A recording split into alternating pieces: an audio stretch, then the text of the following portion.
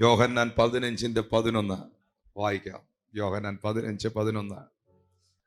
എന്റെ സന്തോഷം നിങ്ങളിൽ ഇരിക്കുവാനും നിങ്ങളുടെ സന്തോഷം പൂർണ്ണമാകുവാനും ഞാൻ ഇത് നിങ്ങളോട് സംസാരിച്ചിരിക്കുന്നു. എന്റെ സന്തോഷം നിങ്ങളിൽ ഇരിക്കാനും നിങ്ങളുടെ സന്തോഷം പൂർണ്ണമാകാനും ഞാനിത് നിങ്ങളോട് സംസാരിച്ചിരിക്കുന്നു. ദൈവം നമ്മളോട് സംസാരിച്ചതല്ലേ ഈ പുസ്തകം? ദൈവം നമ്മളോട് അറിയിച്ച അരുളപ്പാട്, ആലോചനയാണല്ലോ ദൈവവചനം. അങ്ങനെ ചിന്തിച്ചോണ്ട് ഇതൊന്ന് വായിച്ചേ. എൻ്റെ സന്തോഷം നിങ്ങളിലിരിപ്പാനും നിങ്ങളുടെ സന്തോഷം അത് പൂർണ്ണതയിലെത്താനും ഞാനിത് നിങ്ങളോട് സംസാരിച്ചിരിക്കുന്നു. അപ്പോൾ ദൈവം നമ്മളോട് സംസാരിച്ച ദൈവത്തിൻ്റെ വചനം എന്ന് പറയുന്നത് എത്ര നിരാശയിൽ ജീവിക്കുന്ന വ്യക്തിയെയും സന്തോഷപൂർണനാക്കാൻ വേണ്ടിയാണ്. സന്തോഷം ഉണ്ടാകണോ? യേശു പറയുന്നു, ആ സന്തോഷം പൂർണ്ണമാണോ? ഞാൻ നിങ്ങളോട് സംസാരിച്ചതിനെ നിങ്ങൾ വിശ്വസിക്കണം.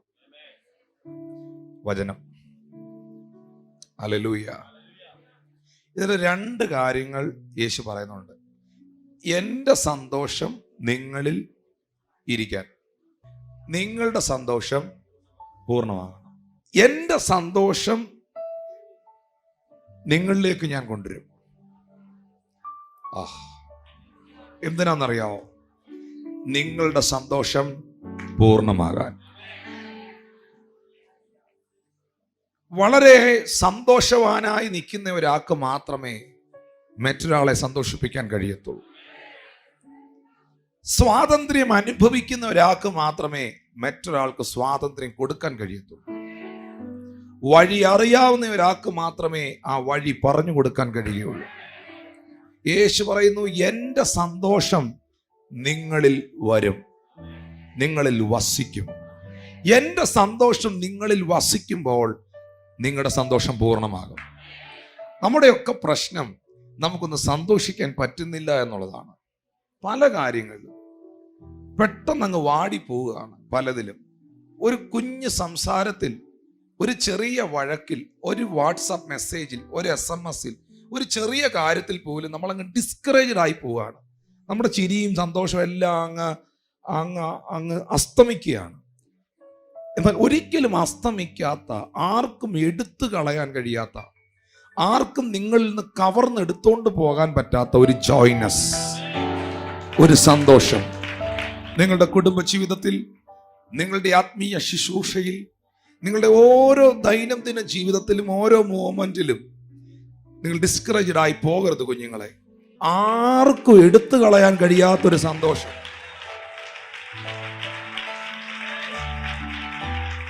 ഇന്ന് പകൽ കർത്താവേ, ഈ ജനം ആ നിലയിലേക്കൊന്ന് കയറി വരട്ടെ.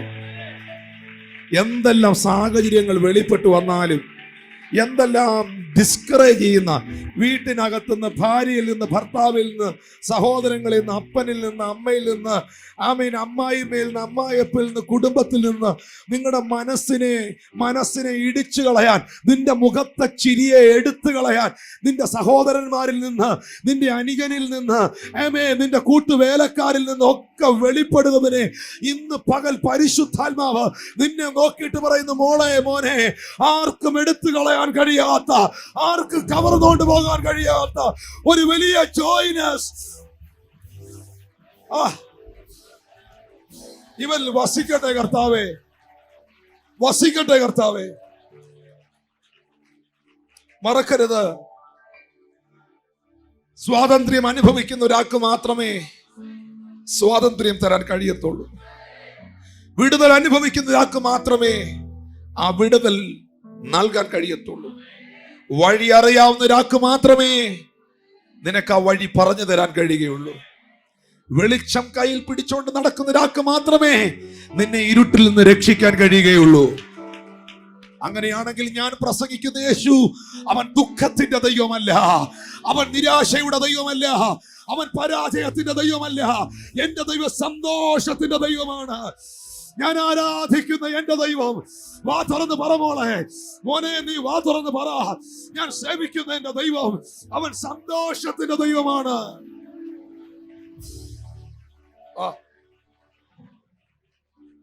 കർത്താവിന്റെ വചനത്തിൽ എന്റെ സന്തോഷം നിങ്ങളിൽ ഇരിപ്പാനും നിങ്ങളുടെ സന്തോഷം പൂർണ്ണമാകാനും ഇത് ഞാൻ നിങ്ങളോട് സംസാരിച്ചിരിക്കുന്ന യേശു പറയുമ്പോൾ, ഒന്ന് യേശുവിലുള്ള സന്തോഷം, അവന്റെ സന്തോഷം ഇസ് ജോയ്. ആ സന്തോഷത്തിന്റെ കർത്താവ് നിങ്ങൾക്ക് തരുന്ന ആ സന്തോഷം, ആനന്ദം.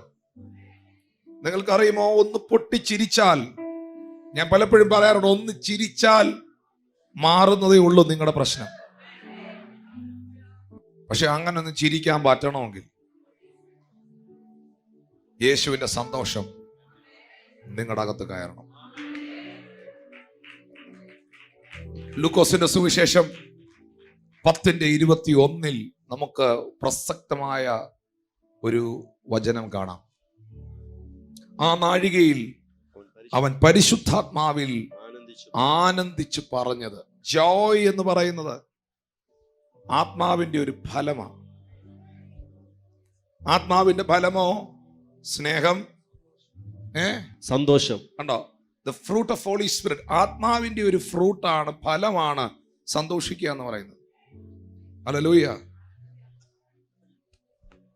ചിലരെ എന്നാ ചെയ്താലും അവർ ചിരിക്കുകയില്ല.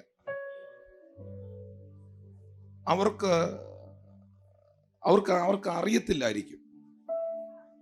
പക്ഷെ അറിയാത്തവർക്കാണല്ലോ വചനം അറിവ് പകരുന്നത്. യേശു ക്രിസ്തുവിലുള്ള സന്തോഷം നിന്റെ അകത്തുണ്ടെങ്കിൽ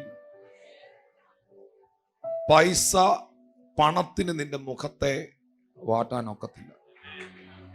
ഇനി അതുണ്ടേലും ഇല്ലേലും ഇതിന്റെ എല്ലാം മേളിലൂടെ നടത്തുന്ന ഒരു ദൈവമാണ്.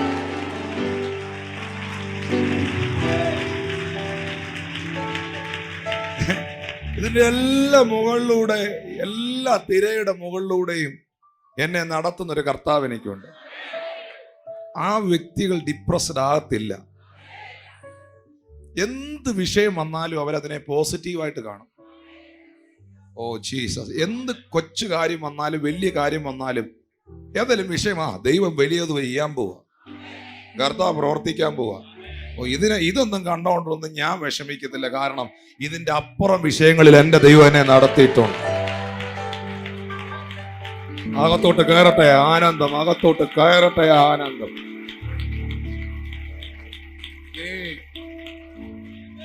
കേരളത്തിലെ വലിയ സന്തോഷം വെളിപ്പെടുക ഇതിനകത്ത്. പത്മോസിന്റെ ദ്വീപില് യോഹന്നാൻ കിടക്കുവാണേ, പത്മോസ് ദ്വീപിൽ. അവിടെ ആരുമില്ല. പിന്നെ അവിടെ ആകെ ഉള്ളത് കുറെ ശവങ്ങളാണ്. മരിച്ചവരെ കൊണ്ട് ഉപേക്ഷിക്കുന്ന, വലിയ ക്രിമിനൽസിനെ കൊണ്ട് കളയുന്ന സ്ഥലമാണ് ആ ദ്വീപ്. അവിടെ കഴുകന്മാരുണ്ട്, മനുഷ്യന്റെ മാംസം കൊത്തിവലിക്കുന്നത്. തിളച്ച എണ്ണയ്ക്കകത്തിട്ടിട്ടും ചാകാത്തവനെ, യോഹന്നാനെ, പത്മോസിന്റെ ദ്വീപിൽ കൊണ്ട് കളയുമ്പോൾ വിശുദ്ധ ബൈബിളിൽ എഴുതിയിരിക്കുന്നു, ഭയങ്കര നിരാശയുണ്ട് ആ സ്ഥലത്തിന്. പ്രത്യാശയുടെ ഒരു കാഴ്ചയും അവിടെ കാണാനില്ല. സത്യം കാണാനേ ഇല്ല. മരണമല്ലാതെ വേറൊന്നും മുമ്പിലില്ല. ഒന്നോർത്തെ, മരണമല്ലാതെ വേറൊന്നും മുമ്പിലില്ല. അങ്ങനെ ഒരു സാഹചര്യം. ഈ സമയത്താണ് യോഹന്നാൻ കർത്തൃ ദിവസത്തിൽ, യേശുവിന്റെ ശിഷ്യനായ യോഹന്നാൻ ആ കർത്തൃ ദിവസത്തിൽ മുട്ടുകുത്തിയത്. അവൻ കർത്തൃ ദിവസത്തിൽ മുഴങ്കാൽ മടക്കി. ഇത്രയും പ്രശ്നം നടക്കുമ്പോഴും, ഇത്രയും വെല്ലുവിളികൾ മുമ്പിലുള്ളപ്പോഴും, ആ ദിവസം, ആ വിശുദ്ധ ദിവസം, നമ്മുടെ ഭാഷയിൽ പറഞ്ഞാൽ ആ ഞായറാഴ്ച, എല്ലാ വിശുദ്ധ ദിവസങ്ങളിലും ആരാധിച്ച അനുഭവം മാത്രമേ അവർക്കുള്ളൂ. പൗലോസ് പറയുന്നു, നിങ്ങളുടെ സഭായോഗങ്ങളെ നിങ്ങൾ ഉപേക്ഷിക്കരുത്, അല്ലെങ്കിൽ ഉപേക്ഷയായി വിചാരിക്കരുത്. ആ പ്രതിസന്ധിയുടെ നടുവിലും മുട്ടുമടക്കിയ യോഹന്നാൻ, അവൻ കർത്തൃ ദിവസത്തിൽ പ്രാർത്ഥനയിൽ വ്യാപൃതനായപ്പോൾ അവൻ ആത്മവിവശതയിലായി. ആത്മവിവശതയിലായ യോഹന്നാൻ, വിശുദ്ധ ബൈബിൾ എഴുതിയിരിക്കുന്നു, കാഹളത്തിനൊത്തൊരു മഹാനാദം. 1-ാം അധ്യായം 1 മുതലുള്ള വാക്യങ്ങൾ താഴേക്ക് വായിക്കുമ്പോൾ, കാഹളത്തിനൊത്തൊരു മഹാനാദം അവൻ കേട്ടു. അവൻ കേട്ടപ്പോൾ അവൻ തിരിഞ്ഞു നോക്കി. എല്ലാവരും എന്നെ ശ്രദ്ധിച്ചേ, ഇത് പത്മോസ് ദ്വീപാണ്. ഈ പത്മോസ് ദ്വീപ് വലിയ പ്രതിസന്ധിയുടെ, കഷ്ടതയുടെ സ്ഥലമാണ്, ഒറ്റപ്പെടലിന്റെ സ്ഥലമാണ്, മരണത്തിന് വിധിച്ചവനെ കൊണ്ട് കളയുന്ന സ്ഥലമാണ്, മരണമല്ലാതെ വേറൊന്നും മുമ്പിലില്ലാത്ത സ്ഥലമാണ്. അവിടെ മുട്ടുകുത്തി പ്രാർത്ഥിക്കുന്ന സമയത്ത് പെട്ടെന്ന് വെളിപ്പാട് പുസ്തകത്തിൽ എഴുതിയിരിക്കുന്നു, കാഹളത്തിനൊത്തൊരു മഹാനാദം അവൻ കേട്ടു. അത് കേട്ട് അവൻ തിരിഞ്ഞപ്പോൾ അഗ്നിജ്വാലയ്ക്കൊത്ത കണ്ണുള്ള, മാറത്ത് പൊൻകച്ച കെട്ടിയ 7 പൊൻനിലവിളക്കുകളുടെ നടുവിൽ നിലയങ്കി ധരിച്ച മനുഷ്യപുത്രനോട് സദൃശ്യനായവനെ അവൻ കണ്ടു. മുൻപോട്ട് നോക്കിയാൽ നിനക്കിപ്പോൾ എല്ലാം ശൂന്യതയാണെങ്കിലും, മുൻപോട്ട് നോക്കിയാൽ പ്രതീക്ഷിക്കാൻ ഒന്നുമില്ലെങ്കിലും, നീ ഒന്ന് പുറകോട്ട് നോക്കിയാൽ നിന്നെ നടത്തിയവനെ നിനക്ക് കാണാം. നിന്നെ ഇവിടം വരെ എത്തിച്ചവനെ നിനക്ക് കാണാം. നിന്നെ ഇവിടം വരെ കൊണ്ടുവന്നവനെ നിനക്ക് കാണാം. യോഹന്നാനേ, ഡൊമീഷ്യന്റെ വാക്കുകൾക്കും വാളുകൾക്കും അവന്റെ തിളച്ച എണ്ണകൾക്കും നിന്നെ ഒതുക്കാൻ കഴിയാതെ, കൂട്ടത്തിൽ നടന്ന 11 അപ്പോസ്തലന്മാർക്കും അവരുടെ മേൽ വീഴാത്ത വെളിപ്പാടുകളുടെ ആധിക്യം നിന്റെ മേൽ പകരാൻ, ഒറ്റപ്പെടലിന്റെ പത്മോസ് ദ്വീപിൽ നീ ഏകനായാലും നീ ഒന്ന് തിരിഞ്ഞു നോക്ക് ബ്രദർ, സിസ്റ്റർ, നീ ഒന്ന് പുറകോട്ട് നോക്ക്. നിന്നെ ഇവിടം വരെ നടത്തിയ ദൈവത്തെ, നിന്നെ ഓ ഹല്ലേലൂയ! എത്ര പേർ വിശ്വസിക്കുന്നു ആ ദൈവത്തിന് ഇനിയും പ്രവർത്തിക്കാൻ കഴിയും, ആ കർത്താവിന് ഇനിയും അത്ഭുതം ചെയ്യാൻ കഴിയും, ആ ദൈവത്തിന് ഇനിയും വഴികൾ തുറക്കാൻ കഴിയും? ഞാൻ ഇന്ന് പകലിൽ ഈ സഭായോഗത്തിൽ പറയട്ടെ, പരിശുദ്ധാത്മാവിൽ ആനന്ദിച്ച യേശു, അതെ, പരിശുദ്ധാത്മാവുള്ളവന് മാത്രമേ ആനന്ദം അനുഭവിക്കാൻ കഴിയത്തുള്ളൂ. ദൈവത്തിന്റെ ആത്മാവിന്റെ ടച്ച്, അവന്റെ സ്പർശനം ഏൽക്കാത്ത ഇസ്രായേൽ ജനം വാ തുറക്കുന്നത് പിറുപിറുക്കാനായിരുന്നു. പക്ഷെ ദൈവത്തിന്റെ ആത്മാവിന്റെ ശക്തി അനുഭവിച്ച, ഉൾപ്പടർപ്പിൽ അഗ്നി കത്തി നിൽക്കുന്നത് കണ്ട മോശയ്ക്കറിയാം, ഈ ചെങ്കടലിന്റെ മുമ്പിലും നടത്താൻ, ഈ ഫറവോന്റെ മേളിലും നടത്താൻ എന്റെ ദൈവം വിശ്വസ്തനാണെന്ന്. നീ ഒന്ന് തിരിഞ്ഞു നോക്കിയാൽ നിന്റെ ജ്യേഷ്ഠനും നിന്റെ അനിയനും നിന്റെ അമ്മയ്ക്കും ഒന്നും കാണാൻ കഴിയാത്ത ചിലത് നിനക്ക് കാണാൻ കഴിയും. നീ ഒന്ന് തിരിഞ്ഞു നോക്കിയാൽ നിന്റെ പപ്പായ്ക്കും അമ്മയ്ക്കും നിന്റെ കുടുംബക്കാർക്കൊന്നും കാണാൻ കഴിയാത്ത ചിലത് നിനക്ക് കാണാൻ കഴിയും. നിന്നെ മാറോടണച്ചവനെ, നിന്നെ കൈപിടിച്ച് നടത്തിയവനെ, ആമേൻ, പല പ്രതിസന്ധികളുടെ നടുവിലും വീഴാതെ ഒരപ്പൻ ഒരു കുഞ്ഞിനെ കൈക്ക് പിടിച്ച് കൊണ്ടുപോയതുപോലെ കൊണ്ടുപോയവനെ,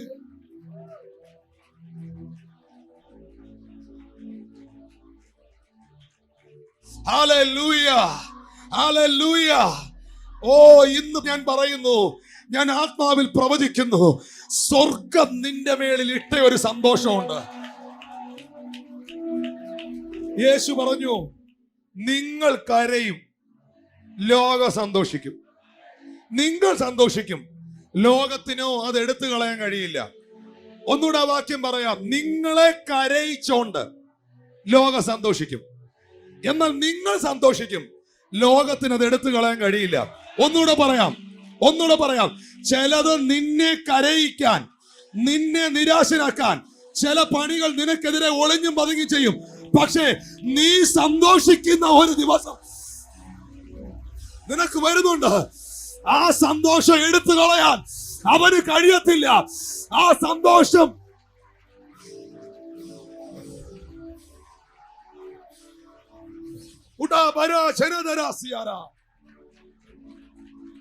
നിന്നെ തൊടാനൊക്കെയല്ല, തൊടാൻ.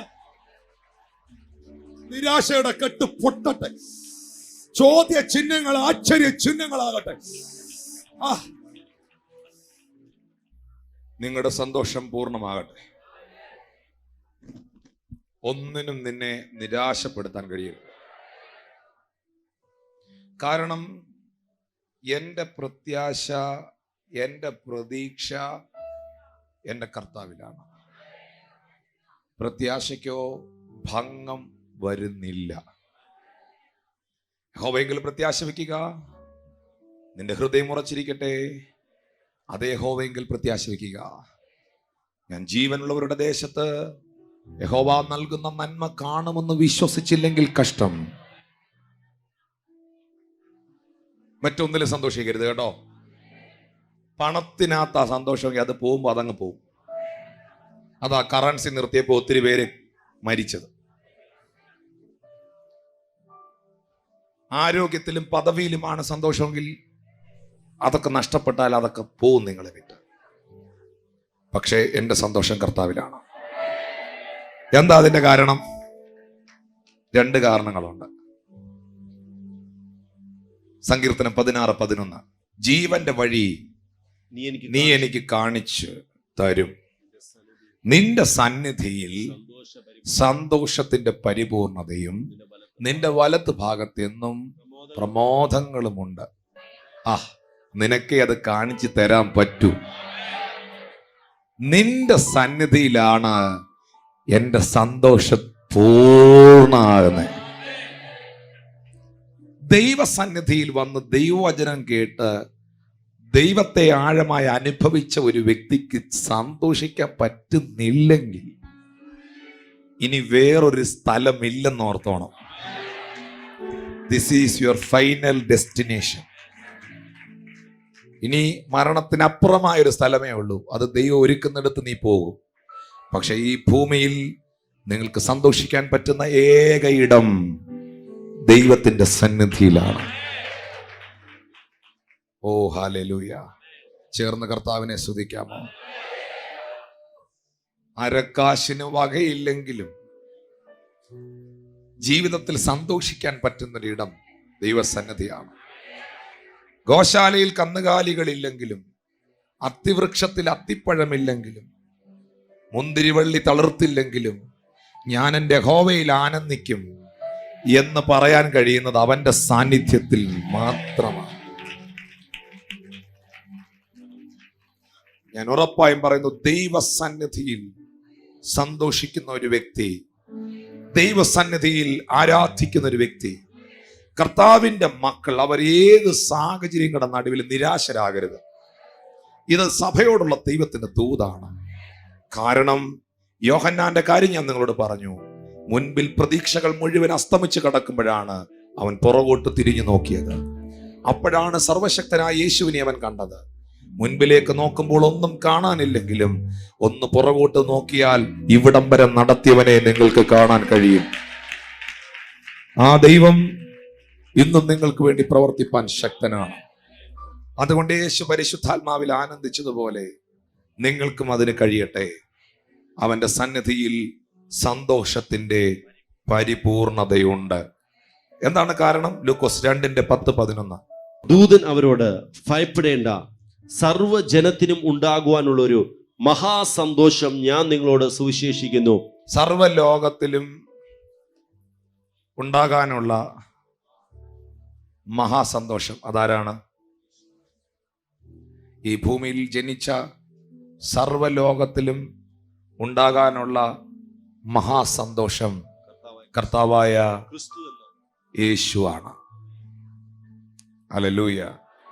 യേശുവിന്റെ ജനനത്തെങ്കിലുള്ള പ്രവചനം എന്നാ ദൂതന്റെ? അവൻ സർവ്വലോകത്തിനും പറഞ്ഞേ സന്തോഷമല്ല, വാ തുടങ്ങുക, great Joy, greatness. Hallelujah. He is the great joy. യെശയ്യാ 56:7 വാക്യം എടുക്കണം. യെശയ്യാ 56:7.